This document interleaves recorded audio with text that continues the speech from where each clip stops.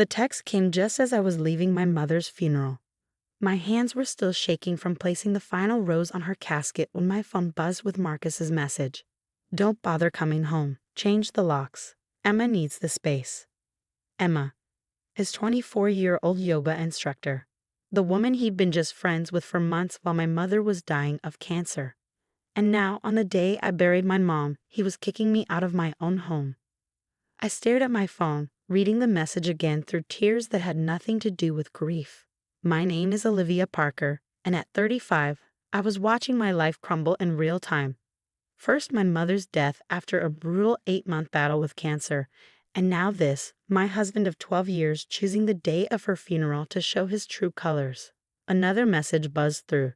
Your stuff is in storage unit 47 at Safekeep. Take your time getting it. Emma and I will be christening every room of our new home tonight.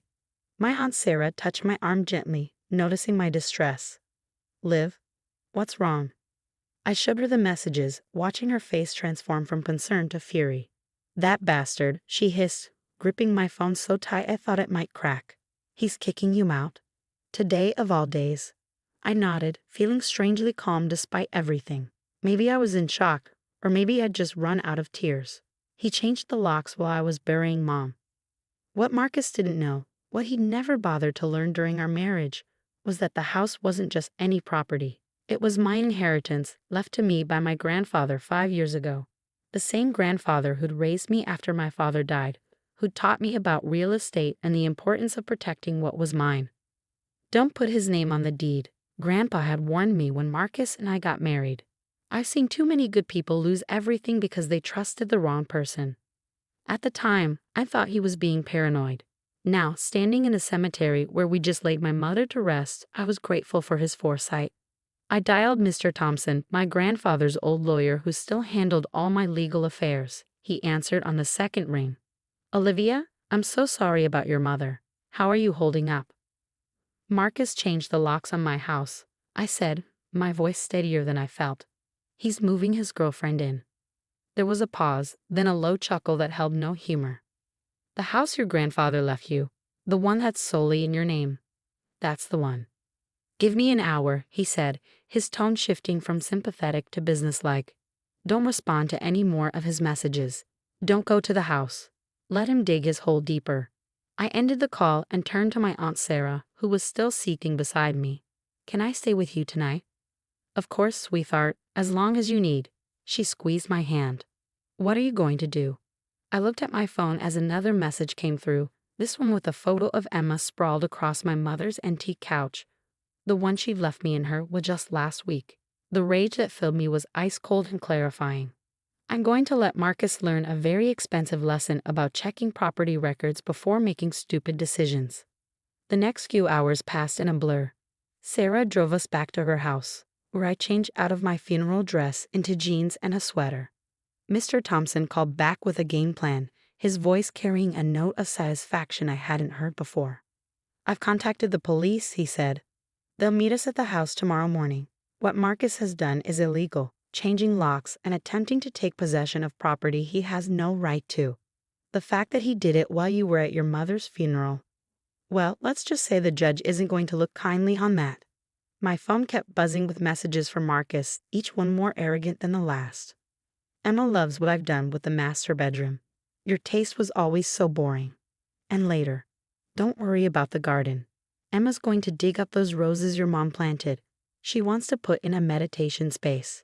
Each message was carefully screenshotted and forwarded to Mr. Thompson, evidence of Marcus's intentions, his casual cruelty, his complete disregard for my property rights.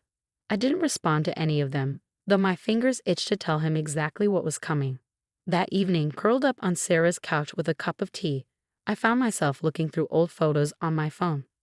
Marcus and I, on our wedding day, both smiling, both so young.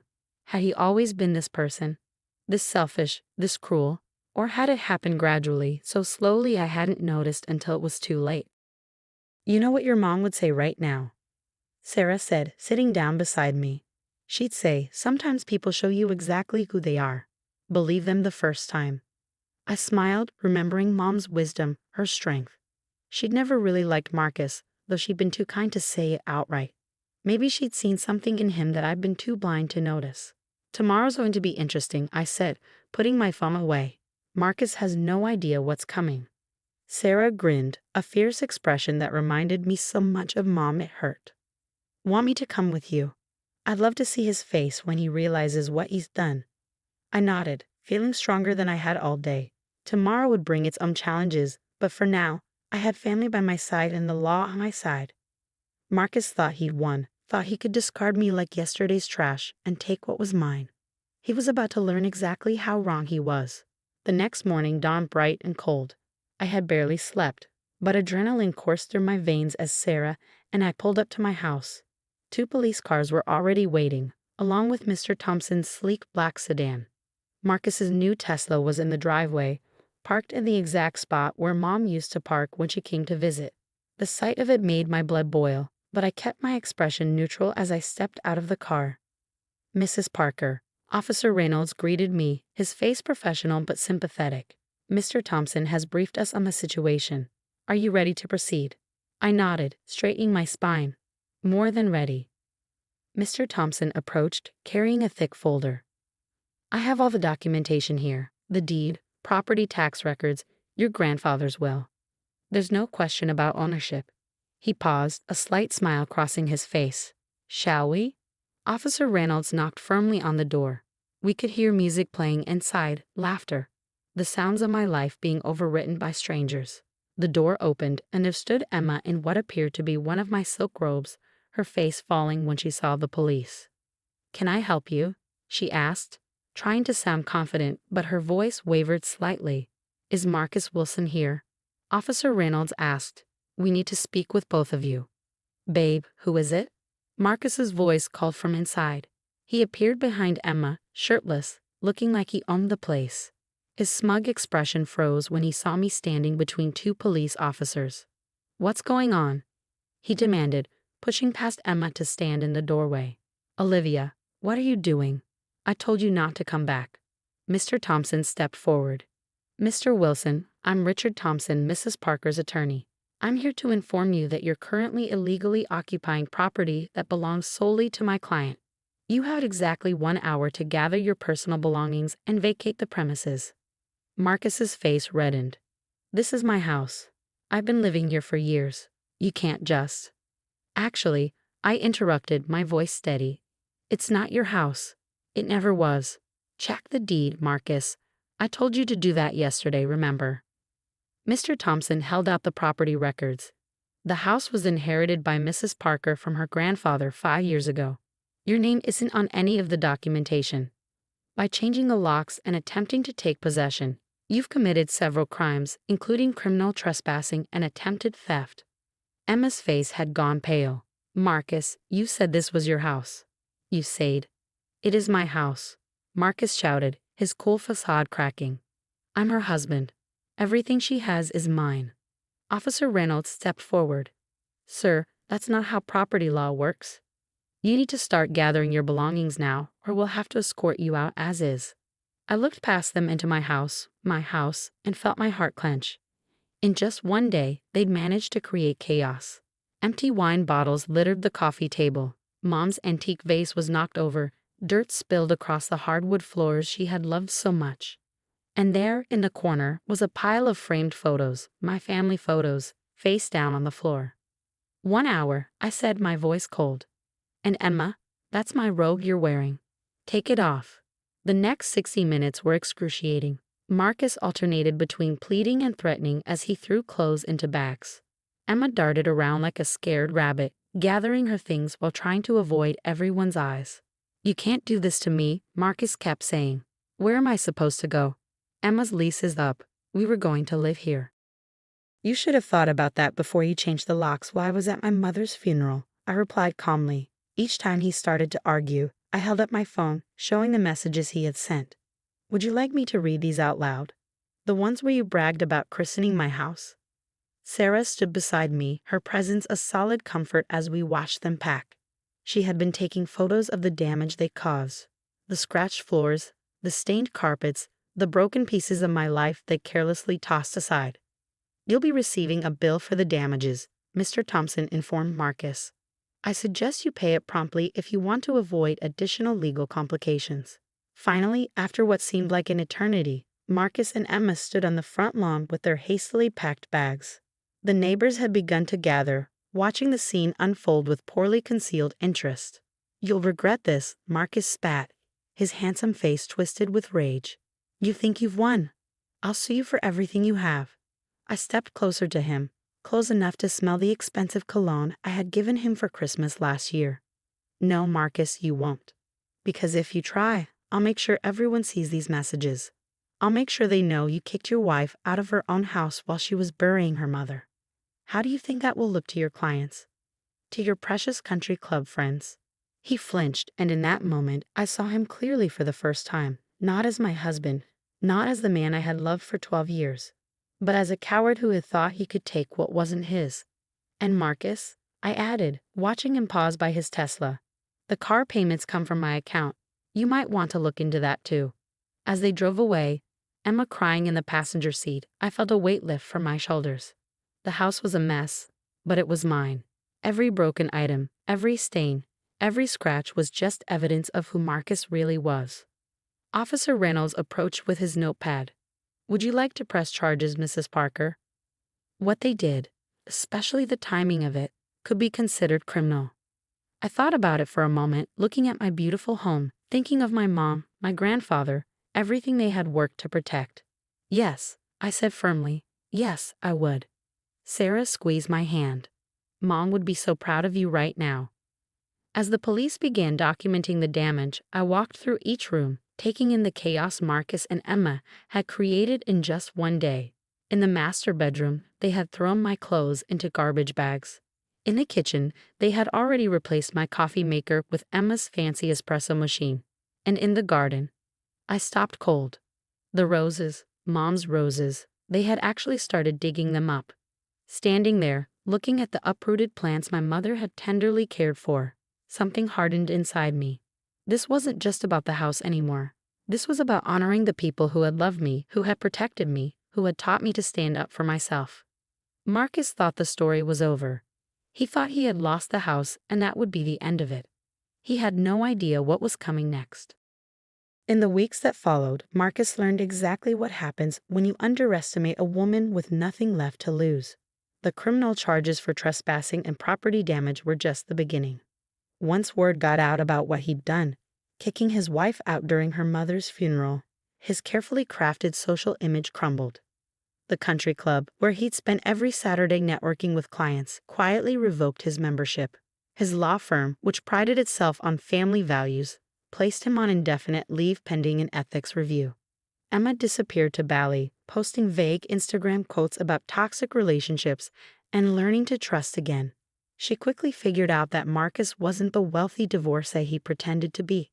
But the real blow came when Marcus discovered just how much of his lifestyle had been funded by my accounts.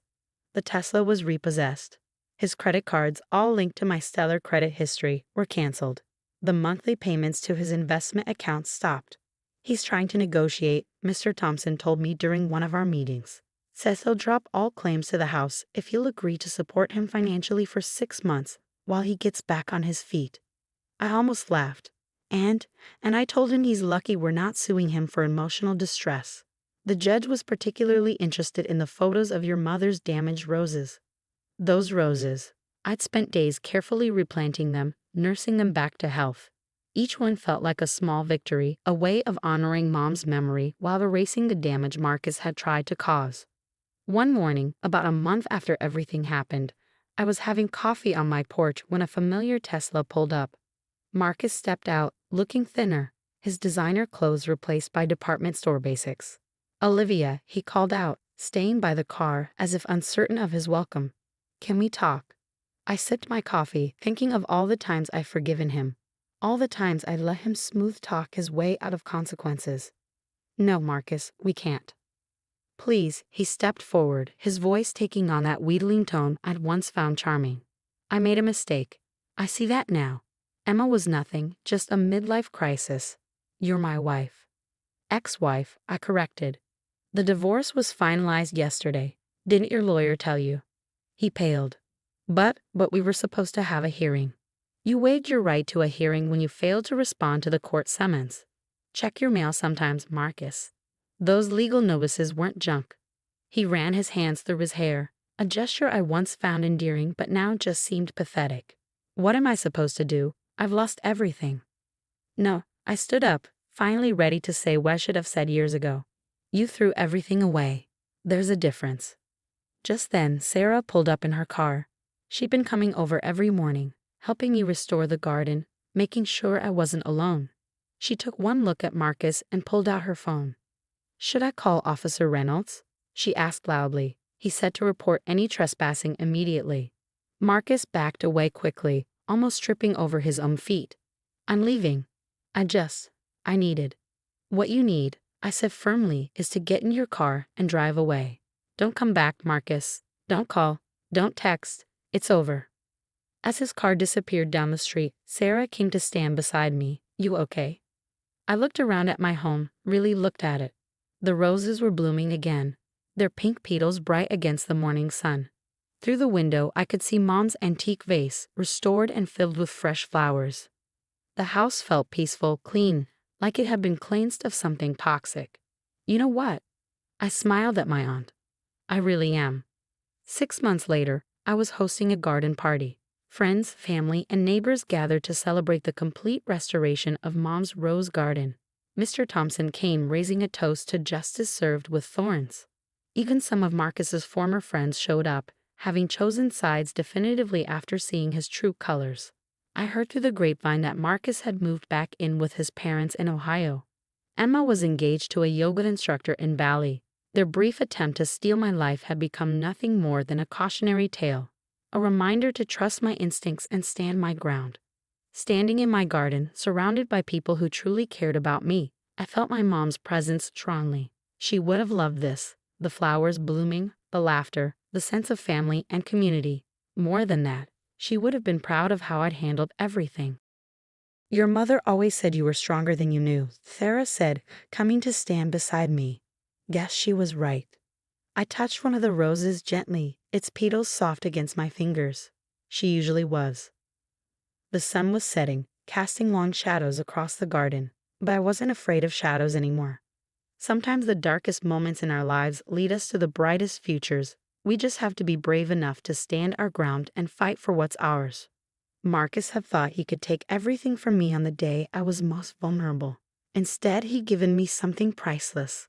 The knowledge that I was stronger than any storm, capable of not just surviving but thriving. And those roses, they bloomed more beautifully than ever that year.